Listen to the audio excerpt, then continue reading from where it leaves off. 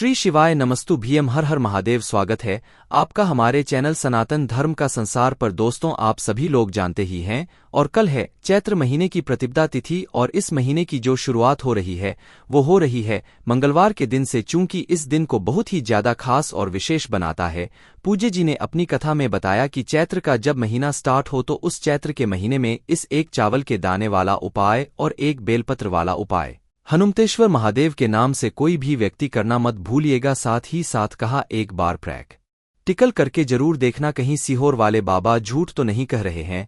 अगर आपकी कोई मनोकामना है, कोई विश है, काफी समय से पूरी नहीं हो रही है, घर में धन नहीं आ रहा है, अनावश्यक खर्चा बहुत ज्यादा हो रखा है, बहुत ज्यादा दुख में बीत रहा है, तो एक बार ये वाला उपाय करके जरूर देखिएगा। पूज्य गुरु जी की कथा से सुनकर के और समझकर के पूरे उपाय को बड़े ही विस्तार से बताऊंगा।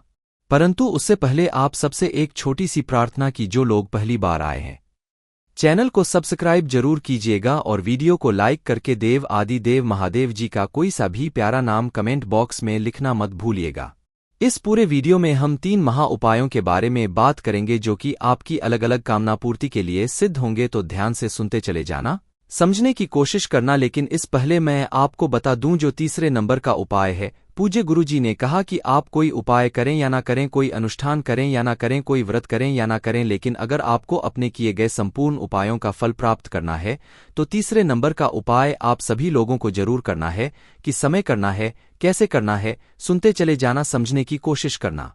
सबसे पहले बात करते हैं पहले वाले उपाय की। देखिए, पहले वाला उपाय किन लोगों को करना है, ये चीज ध्यान से सुनिए। गुरुदेव ने कहा कि जब भी आप महादेव के मंदिर में जाते हो, जब भी आप अपनी मनोकामना मांगते हो, या तो आप धन की कामना मांगते हो, पुत्र प्राप्ति की कामना मांगते हो, व्यापार की कामना मांगते हो, पता नहीं जाने क्या क्या मांगते हो, लेकिन पूज्य गुरु जी ने कहा है कि जब भी आप मनोकामना पूर्ति के लिए उपाय करें, एक बार मेरे देव आदि देव महादेव जी का साथ मांग करके देखना, उनका आशीर्वाद मांग करके देखना। आपको कभी जीवन में किसी चीज की कमी नहीं रहेगी। हमेशा एक चीज ध्यान दीजिएगा, आप अपनी मनोकामना पूर्ति के लिए उपाय करने जाए, महादेव जी का साथ मांगे, आपके सारे काम यूं ही बनते चले जाएंगे। साथ ही साथ पूज्य गुरु जी ने कहा कि अगर आपका बहुत बुरा समय चल रहा है ना बहुत बुरा समय चल रहा है, जिस कार्य में आप हाथ डाल रहे हो सफलता नहीं मिल रही है, बिजनेस में पैसा लगाया वो घाटे में चला जा रहा है, घरवाले आपको ताना मार रहे हैं, घाटा ही घाटा हो रहा है,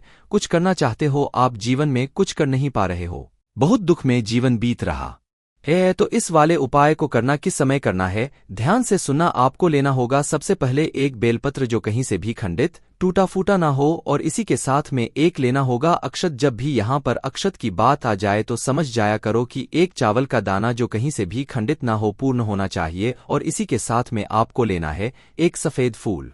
अब वो एक सफेद फूल आप चाहे कोई सा भी ले लेना, केवल एक फूल को छोड़कर के। मैं हमेशा बता देता हूं, आप सभी को पता है, हालांकि मुझे ये भी पता है, लेकिन फिर भी मेरा बताना जरूरी है। ये है केतकी का फूल, ठीक है।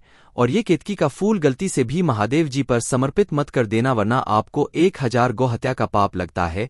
इसके अलावा जो आपको कनेर का फूल मिल जाए, अगर सफेद रंग में है, या किसी भी तरीके का सफेद फूल मिल जाए, केतकी को छोड़कर के वो एक सफेद फूल ले लेना है। इसी के साथ एक लोटा शुद्ध जल अपने घर का, ठीक है। इन्हें लेकर आपको पहुंच जाना है बाबा के मंदिर शिवलिंग के पास में। किस समय जाओगे? प्रदोष काल में। इस वाले उपाय को सिर्फ और सिर्फ प्रदोष काल में किया जाता है, यानी कि शाम के समय, प्रदोष के दिन नहीं, प्रदोष काल में शाम के समय। ये चीज ध्यान दीजिएगा। जैसे ही आप यहां पर पहुंचेंगे, उत्तर दिशा की तरफ मुंह करके खड़े हो जाना। अपक्रम ध्यान दीजिएगा, जो आपने एक लोटा शुद्ध जल लिया है, उस एक लोटा शुद्ध जल के अंदर आपको इन सभी चीजों को डालना है, के अंदर समर्पित करना है।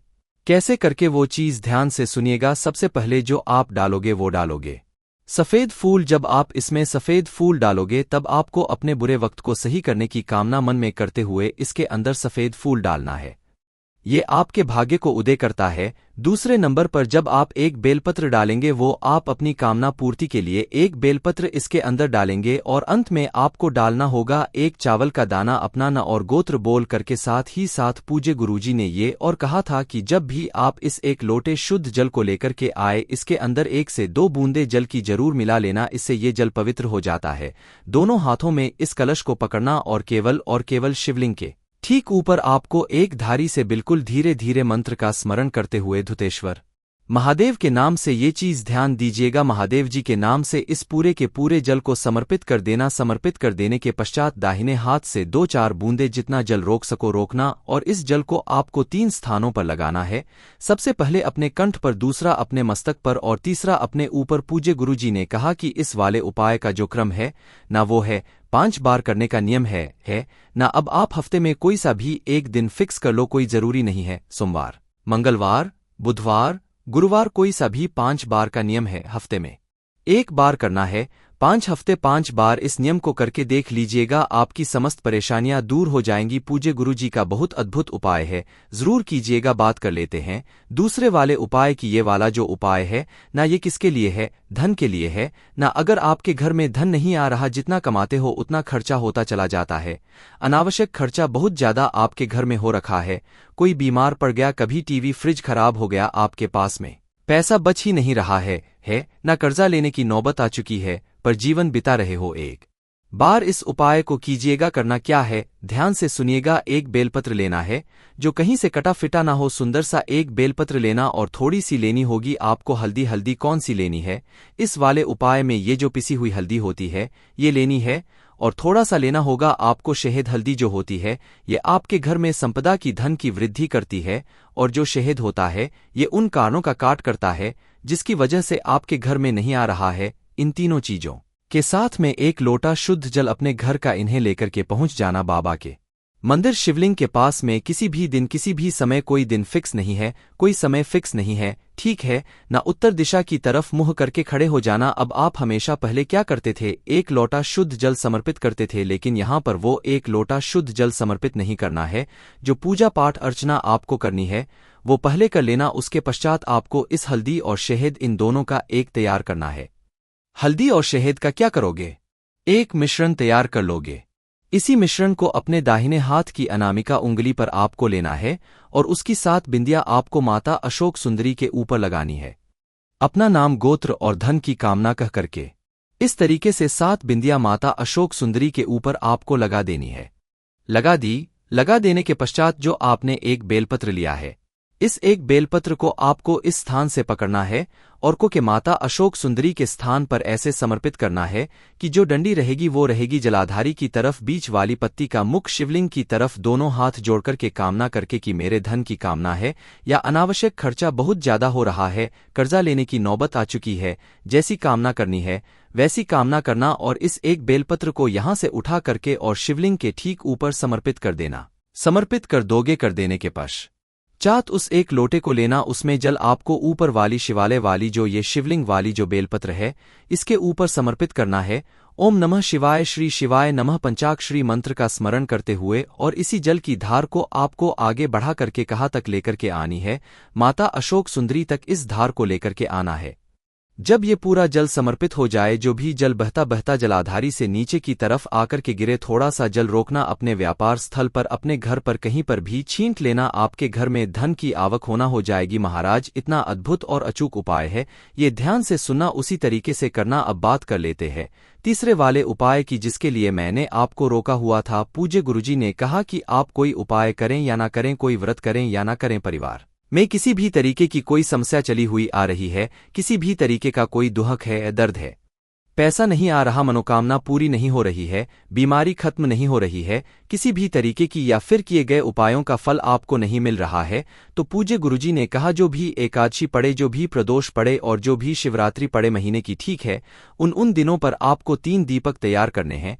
तीनों दीपक के अंदर आप लगाओगे गोल बाती। कौन सी? तीनों दीपक के अंदर लगाओगे गोल बाती और इसके अंदर भरोगे गाय का घी। इस तरीके से गाय का घी भर देना। पहला जो दीपक आप लगाओगे प्रदोष काल में, उन तीनों दिन में प्रदोष काल में बेलपत्र पेड़ के नीचे यहां पर समर्पित करना। अगर आपके घर में धन की बहुत ज्यादा कमी है, धन की कामना से करते हो, तो बेलपत्र के पेड़ के नीचे जो आप दीपक लगाओगे ना, उसे गोल बत्ती का ना करके लंबी बाती का लगाना। क्योंकि जब भी आप धन संपदा की वृद्धि के लिए उपाय करते हो तो लंबी बाती का प्रयोग किया जाता है। इसके नीचे कोई ना कोई आसन जरूर लगा देना। दूसरा वाला जो दीपक, वो आपको गोलबत्ती का कहाँ पर लगाना है? किसी भी आंवले के पेड़ के नीचे। अगर आपके घर में भी ये वृक्ष है, पौधा है, वहां पर भी आप लगा सकते हो। और तीसरा शिवालय की चौखट पर जब आप यहाँ पर जाते हो तो आपके दाहिने हाथ की तरफ इधर की तरफ में आपको उस दीपक को लगा देना है। जो प्रदोष पड़े, जो शिवरात्रि पड़े, जो एकादशी पड़े, करके देखिएगा आपके जीवन के सारे दुख मेरा का पूज्य गुरुजी के ये सभी उपाय बहुत ही ज्यादा खास और अद्भुत है। जरूर कीजिएगा। वीडियो अगर पसंद आए तो लाइक करना, साथ ही साथ चैनल को सब्सक्राइब जरूर कीजिएगा। बाकी दोस्तों, इस उपाय करने में अगर आपको कोई भी दिक्कत समस्या आती है तो कमेंट करके पूछ सकते हैं। श्री शिवाय नमस्तु भीम, हर हर महादेव।